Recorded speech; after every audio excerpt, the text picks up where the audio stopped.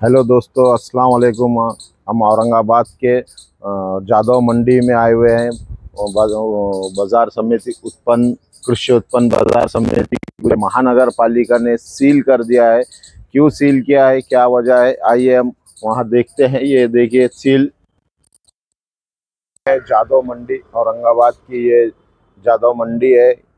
ये कृषि उत्पन्न बाजार समिति संभाजी नगर औरंगाबाद की ये बाजार समिति है। ये जादव मंडी के नाम से भी मशहूर है। ये जादव मंडी जो है, यहाँ पर ये जादव मंडी का जो कार्यालय है कृषि उत्पन्न बाजार समिति का, इस कार्यालय को महानगर पालिका की तरफ से आज सील कर दिया गया है।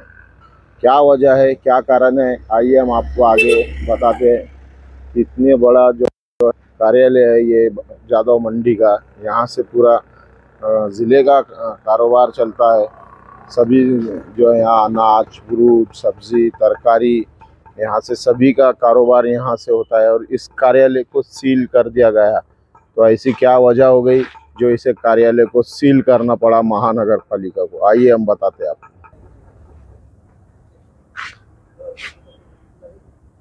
ये कृषि उत्पन्न बाजार समिति का कार्यालय है, संभाजी नगर औरंगाबाद, जादववाड़ी औरंगाबाद में। आइए इस कार्यालय को ये देखिए, सील लगा दिया गया है। क्यों सील लगाया है वो भी हम बताएंगे आपको। ये देखिए, सील लगाने की वजह क्या है। वो वजह ये है, ये महानगर पालिका जो है संभाजी नगर औरंगाबाद महानगर पालिका ने दिनांक 22/3/2025 आज के दिन महानगर पालिका ने ये नोटिस लगा दी गई। और ये नोटिस पे जो आप रकम देख रहे हैं वो इतनी उतनी नहीं है, बल्कि 10,42,4,231 रुपये, इतनी बड़ी रकम है। ये इतनी बड़ी रकम ये कार्यालय के ऊपर थक बाकी है। इसी के चलते इस कार्यालय को महानगर पालिका ने आज सील कर दिया। पर इतना बड़ा माल मत्ता टैक्स क्यों बकाया रहा, क्या वजह है, क्यों नहीं भरे अभी तक इन्होंने उत्पन्न बाजार समिति ने।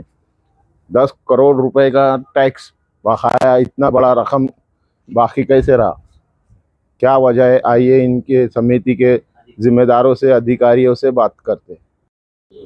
ये देखिए, कार्यालय का अंदर का भी जो है गेट, वो भी सील कर दिया गया है, उसे भी सील लगा दिया गया है। आइए यहाँ के सभापति से इनसे बात करते हैं, कितना ठग माल मत्ता ठग क्यों बाकी रहा, क्या वजह है।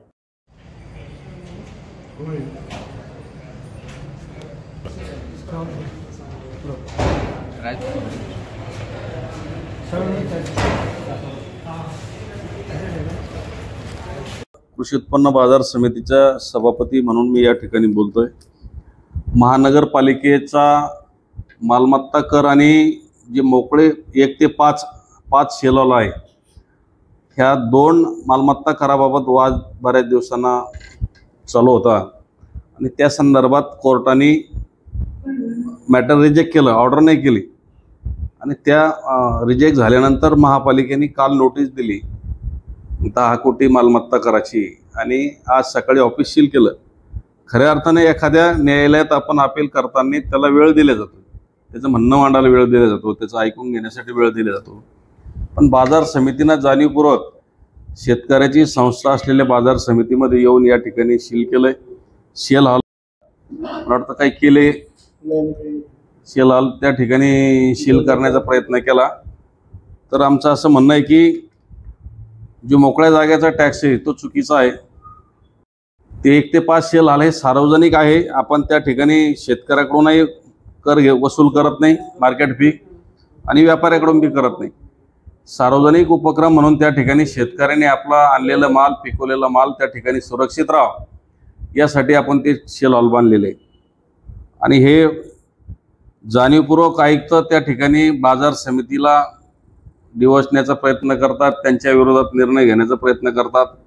अनेक वेळेस आमच्या काही बांधकाम करायचं असतं तर आम्हाला सांगतात की नाही, ती 10 एकर जागा आमच्या नावावर करून द्या, त्यावेळेस तुम्हाला परवानगी देऊ। आणि महापालिकेनं आमच्या मार्केट कमिटीच्या जागेवर जबरदस्तीने त्या ठिकाणी एस टी डेपो बांधलाय. कुठली परवानगी नाही, कुठली रस्ती नाही. म्हणजे इंग्रजापेक्षाही इंग्रज होऊन बसले ते तरी बरे होते. म्हणून असं चुकीचं काम त्या ठिकाणी केलंय आणि ते झाकण्यासाठी बाजार समितीला वेगवेगळे चुकीचे कर लादायचे आणि ते नाही दिल्यास मग असं सील करायचं. एकाच कार्यालयावर इतका कसं काय टॅक्स? टॅक्स आमचं म्हणणं लागूच होत नाही. तोच विषय आहे की ते शेड आहे सार्वजनिक उपक्रमासाठी. रेग्युलर टॅक्स आमचा रेग्युलर आहे, बाकीचा व्यापारी रेग्युलर भेटतो. जवळपास 4 कोटी रुपये व्यापारी टॅक्स भरतात. बाजार समितीचा जो रेग्युलर टॅक्स मालमत्ता कर आहे तो रेग्युलर आहे. जो वाद चालू होता तो हा टॅक्स आहे. आणि ठीक आहे ना, हायकोर्टनं रिजेक्ट केलं असताना आम्हाला सुप्रीम कोर्ट आहे, राज्य सरकार आहे. आम्ही या संदर्भात मुख्यमंत्र्यांना भेटणार आहे, उपमुख्यमंत्र्यांना भेटणार आहे की ह्या ज्या सुविधा आपण शेतकऱ्याला दिलेल्या आहे, शेतकऱ्याच्या मालाचं नुकसान होऊ नये म्हणून ज्या सुविधा दिलेल्या आहे, याचा जर आम्ही मालमत्ता बाजार फी त्याचा कुठलाही टॅक्स वसूल करत नसेल व्यापाऱ्याकडून शेतकऱ्याकडून, त्याचा टॅक्स कोणा भरायचा? त्यांना जर वाटत असेल हे नाही भरू शकत पाडून टाका म्हणावं किंवा ताब्यात घ्या महापालिकेनं. आपण भरू शकत नाही तो टॅक्स. इतके दिवस जेव्हा शेतकऱ्याचं नुकसान होणार आहे याच्या जिम्मेदार शेतकरी आता रोडवर उतरतील ना. त्यांची जर इच्छा असेल, त्यांना शेतकऱ्याच्या संस्था उद्ध्वस्त करून काय मिळवायचं असेल तर ऐकताला माहित असेल, त्यांना विचारून घ्या. महानगरपालिका आणि एवढ्या मोठ्या शहराला इथं भाजीपाला अन्नधान्य पुरवणारी संस्था आहे, त्याच्याकडे कोण्या दृष्टीनं पाहिलं पाहिजे? दाखवून द्या त्यांनी. जालन्याला बाजार समिती तिथे किती टॅक्स लावला ते बघा. सिल्लोडला आहे, पैठणला आहे, जिल्हाभर राज्यभरामध्ये आहे ना संस्था. पण उठलं का सुटलं मालमत्ता करासाठी बाजार समितीवर लादायचे, आकडे वाढवायचे आणि त्याच्यानंतर बाजार समिती जागेवर आरक्षण टाकायचं. 53 एकर जागेवर आरक्षण टाकलं शेतकऱ्याचं. आता शेतकऱ्याला सुविधा कुठं द्यायची आम्ही? आम्हाला जर आता एक्सपेन्शन करायचं असेल, वेगवेगळ्या चुकीच्या काही अडचणी बाजार समितीला निर्माण करतात आणि वेठीस धरतात. आमची विनंती त्यांना की हा जो 5 शेलाला लावलेला टॅक्स आहे हा कमी करावा. आणि मोकळ्या जागेवर राहता आम्हाला त्यांनी असेसमेंट करून दिलता 2018ला. तो आता 259 6.5 कोटी गेला, 6 कोटी 62 लाख. समितीच्या हिशोबाने किती टॅक्स लावावा? नाही, मोकळ्या जागेचा बाजार समितीच्या हिशोबानं 2,59,60,00,000 रुपयेच आम्हाला त्यांचं देणं लागतं, याच्या पलीकडे नाही. मग हे 8 कोटी कुठून आले? हे लावले ना, तुम्हाला तेच म्हणलं ना, ती जागा आमची बळकवण्यासाठी बाजार समितीच्या जागा रजिस्ट्री करून घेण्यासाठी त्याचा खटाटोप चालू आहे. त्या जागेवर अतिक्रमण केलं जबरदस्तीने, एस टी डेपो बांधला त्या ठिकाणी. कुठली परवानगी नाही, कुठली रजिस्ट्री नाही. दाखवा ना तुम्ही. आपल्याकडनं काय कारवाई करण्यात आली त्या काढण्यासाठी? कोर्टात गेलो आम्ही. येईल कोर्टाची ऑर्डर, काय येईल न्यायालयाची वाट बघावं लागेल. महानगरपालिका ऐकलं काय सांगणार? त्यांना सांगणार ही बाजार समिती तुमच्या नावावर करून घ्या. दुसरं काय सांगणार आहे? टॅक्स मध्ये काय सूट देण्यासाठी? सूट ते लागूच करू नका आमचं म्हणणं. आम्ही देऊ शकत नाही तो टॅक्स. 1 ते 5 शेल आले ना, याचा टॅक्सच आम्ही देऊ शकत नाही. सूटचा काय संबंध आहे त्याच्यात? ऑलरेडीच आम्ही व्यापारी, शेतकरी, व्यापारी सगळे त्यांच्या दुकानाचा टॅक्स भरतात. सगळे व्यापारी भरतात. जवळपास 4 कोटीच्या पुढे इथून टॅक्स जातो. इथं कुठली सुविधा नाही, पाणी नाही, लाईट नाही. जनावराचं तर अनेक वेळेस पत्र दिले ते पण नाही.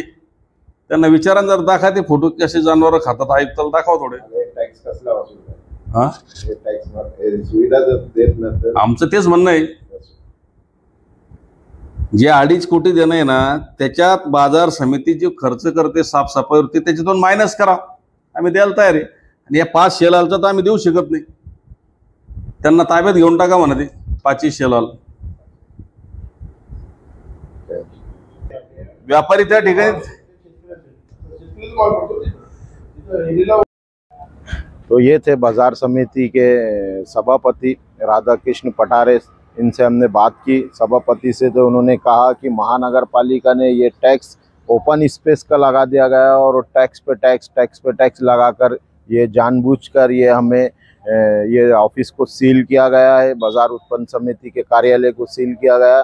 हम रेगुलर टैक्स भरते, 4 करोड़ टैक्स भरते, इस तरह का उन्होंने हमें बात की, बताया डिटेल्स। ये जो टैक्स है ये इलीगल टैक्स है। उल्टा उन्होंने ये कहा कि बाजार समिति में कोई सुविधाएं नहीं है, ना यहाँ पानी की सुविधा है, ना यहाँ जानवर जो घूमते हैं वो कुंडवाड़ा है जानवरों का, और ना ही साफ सफाई का इंतज़ाम है। ये सिर्फ टैक्स वसूलते हैं उल्टा, और इनकी ज़मीनों पर भी उन्होंने कब्जे किया है। इस तरह का आरोप पड़ाड़े इन्होंने लगाया है महानगर पालिका कमिश्नर पर और महानगर पालिका पर। अब देखना है कि ये कार्यालय कब खुलता है और इसमें महानगर पालिका को ये कितना टैक्स भरते हैं। आप देखते रहिए MTN न्यूज़, ऐसे ही हम आपको अपडेट देते रहेंगे।